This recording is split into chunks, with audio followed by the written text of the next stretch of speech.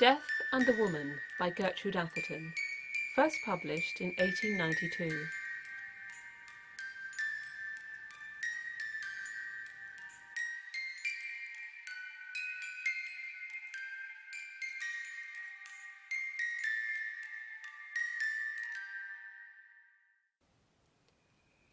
Her husband was dying, and she was alone with him.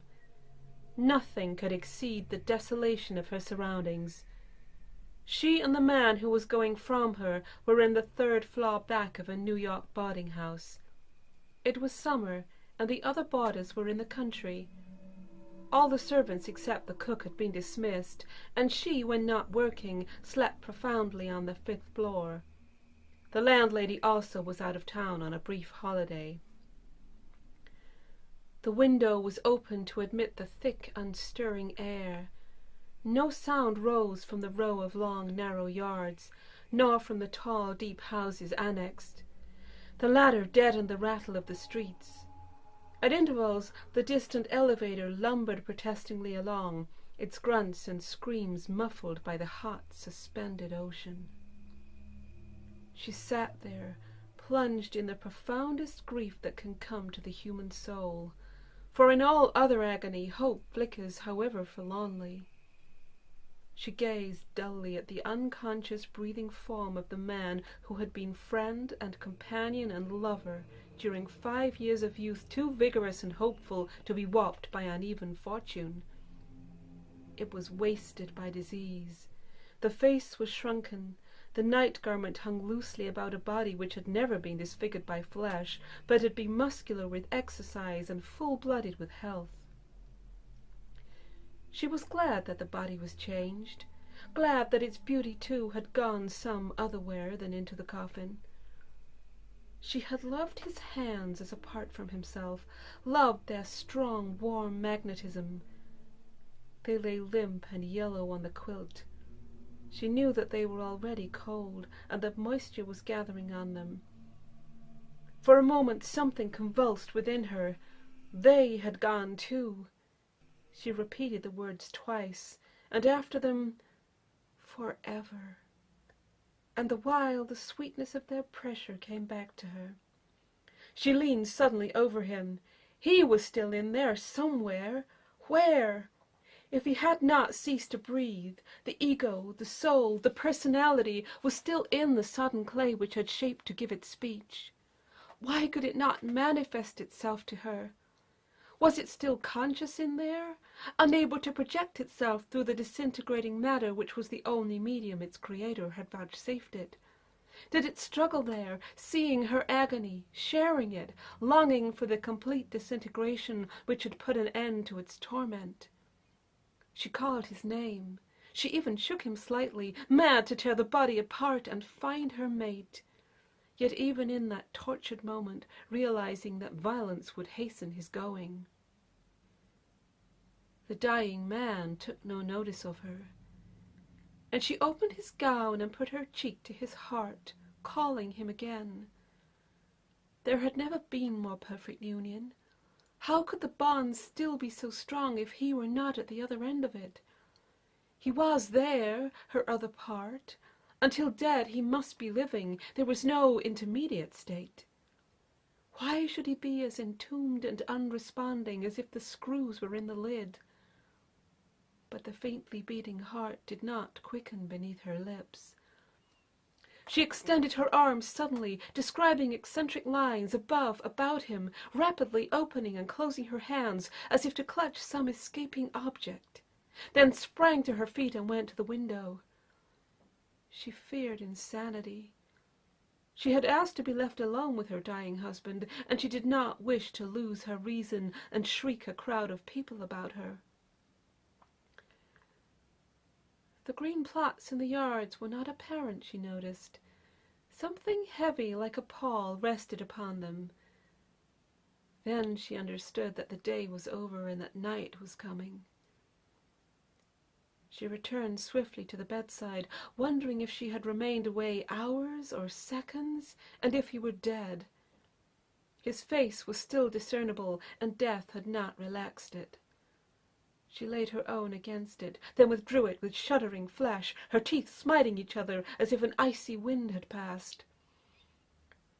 She let herself fall back in the chair, clasping her hands against her heart, watching with expanding eyes the white, sculptured face, which, in the glittering dark, was becoming less defined of outline. Did she light the gas, it would draw mosquitoes, and she could not shut from him the little air he must be mechanically grateful for. And she did not want to see the opening eye, the falling jaw. Her vision became so fixed that at length she saw nothing, and closed her eyes and waited for the moisture to rise and relieve the strain. When she opened them, his face had disappeared. The humid waves above the housetops put out even the light of the stars, and night was come. Fearfully she approached her ear to his lips. He still breathed. She made a motion to kiss him, then threw herself back in a quiver of agony. They were not the lips she had known, and she would have nothing less.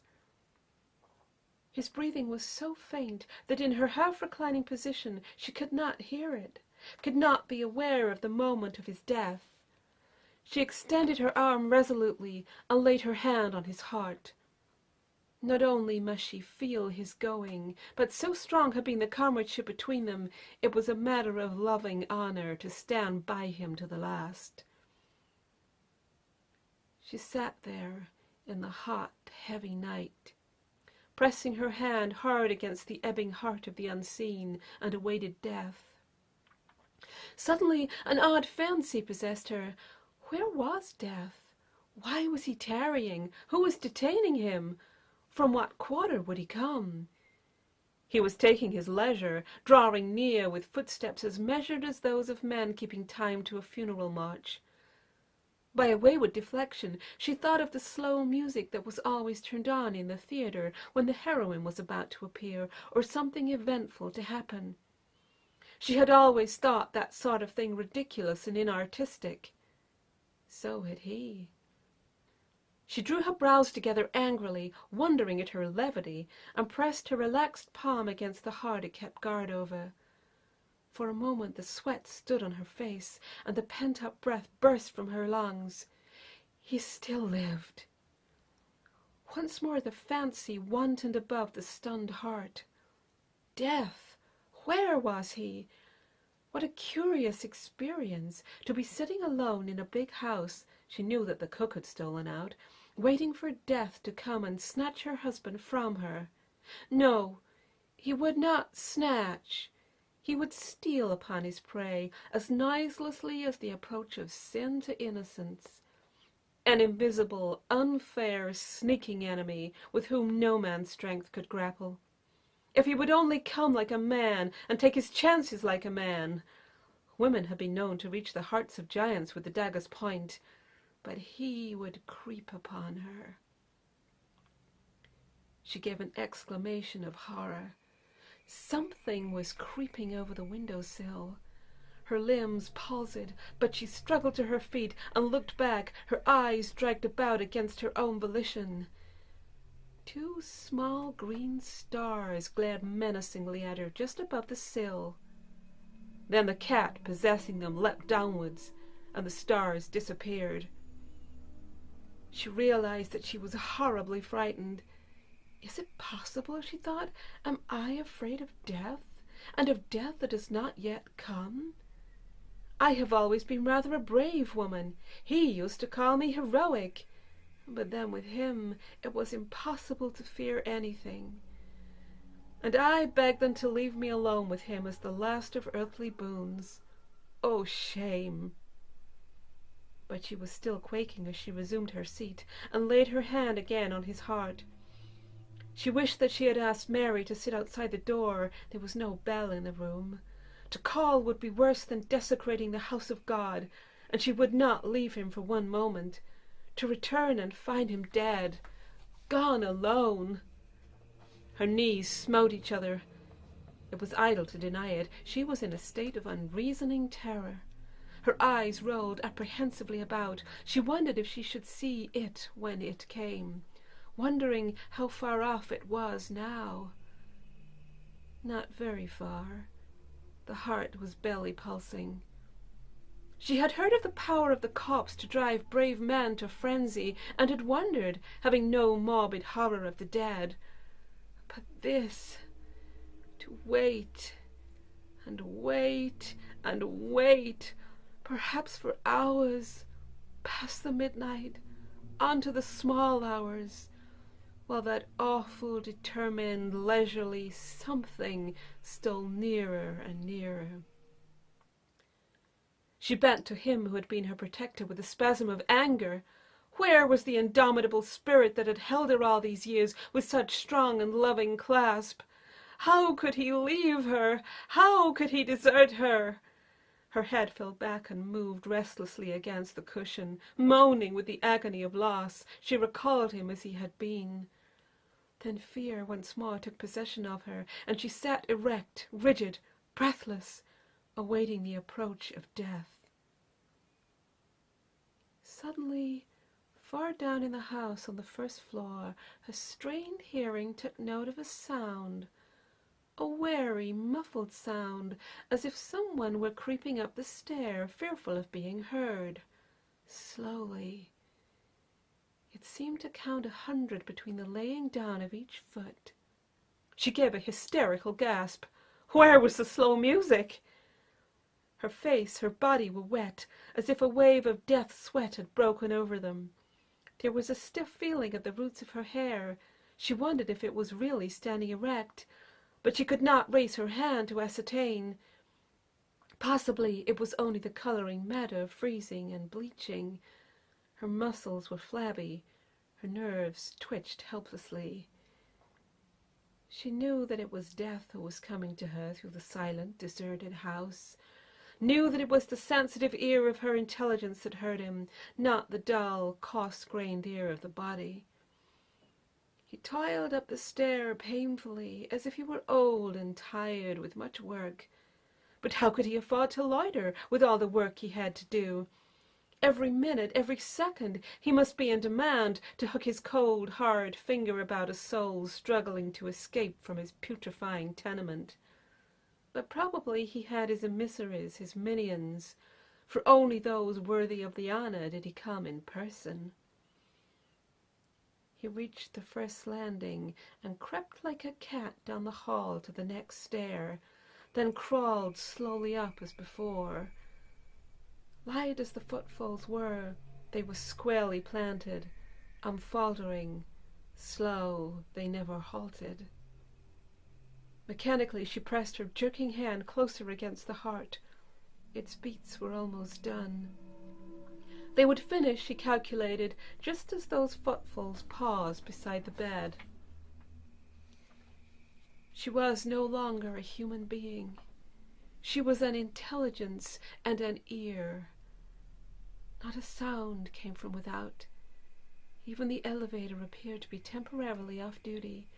But inside the big, quiet house, that footfall was waxing louder, louder, till iron feet crashed on iron stairs and echo thundered.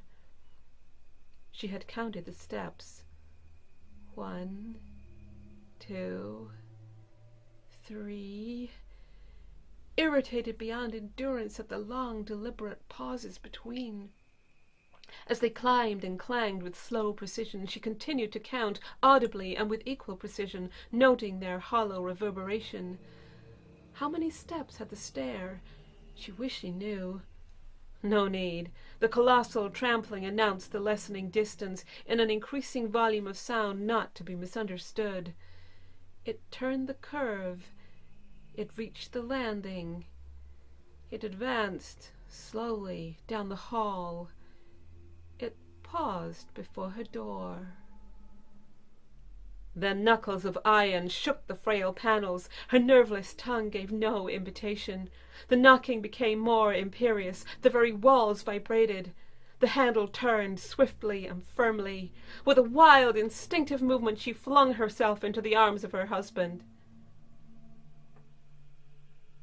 When Mary opened the door and entered the room, she found a dead woman lying across a dead man.